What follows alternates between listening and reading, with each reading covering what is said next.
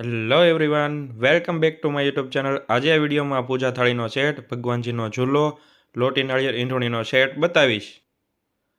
આ પૂજા થાળીના સેટમાં હાથી ગોટીની ડિઝાઇન બનાવેલી છે, જેમાં એક આ મોરપીંછ, આ સ્ટીલનો કળશા ઉપર ઓરિજિનલ મોતીથી વર્ક કરેલું છે, આ એક મોતી વર્કથી મઢેલી ચમચી, આ લાકડાની કંકાવટી પર મોતી વર્ક કરેલું છે, આ એક કક્કણી બનાવેલી છે અને આ પૂજા થાળીના સેટમાં આવી મોતીવર્કથી મઢેલી 3 વાટકીઓ છે। આ પૂજા થાળીના સેટમાં હાથી ગોટીની ડિઝાઇન બનાવેલી છે, જેમાં બહારની સાઈડ જેવું વર્ક છે એવું અંદરની સાઈડ પણ મોતીવર્ક કરેલું છે।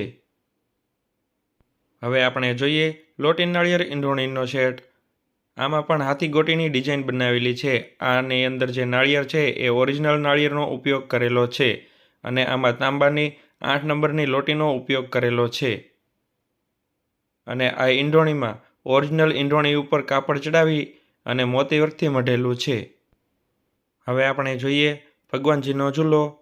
આ ઝૂલાની ડિઝાઇનમાં બંને બાજુ હાથી અને વચ્ચે ગણેશજીની ડિઝાઇન બનાવેલી છે। આ ઝૂલાનું સ્ટ્રક્ચર સ્ટીલનું છે। આ ઝૂલાની સાઇઝ અહીંયાથી અહીંયા સુધી 12 ઇંચ છે અને નીચેથી ઉપર સુધી 12 ઇંચ છે અને ભગવાનજીને બેસાડવા માટેની જે ખાટ છે એ 7 બાય 5 ઇંચ છે। હવે આપણે જોઈએ આ મોતીવર્કથી મઢેલો વેલ્વેટનો ઠેલો। આ ઠેલામાં બંને બાજુ સેમ મોતીવર્ક કરેલું છે, વચ્ચે ગણેશજી અને ફરતે મોતીવર્કથી બનાવેલી બોર્ડર છે। હવે આપણે જોઈએ 3 મોતીવર્કના તોરણ।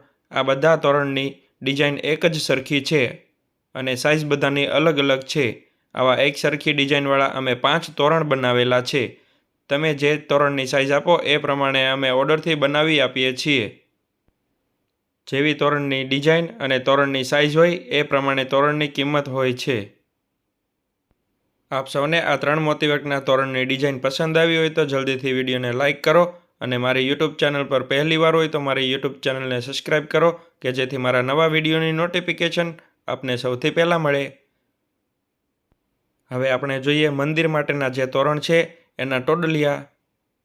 આ ટોડલિયાની સાઇઝ 27 ઇંચ છે અને જે રેગ્યુલર આપણે ઘર માટેના તોરણના દરવાજાના જે ટોડલિયા હોય એની સાઇઝ અમે 40 ઇંચ બનાવેલી છે। આ તોરણ અને ટોડલિયાની મજબૂતાઈ જળવાઈ રહે એ માટે આવી રીતે કાપડ અને પંચથી પોથવેલું છે। તોરણમાં પણ એવી સેમ રીતે પોથવેલું છે।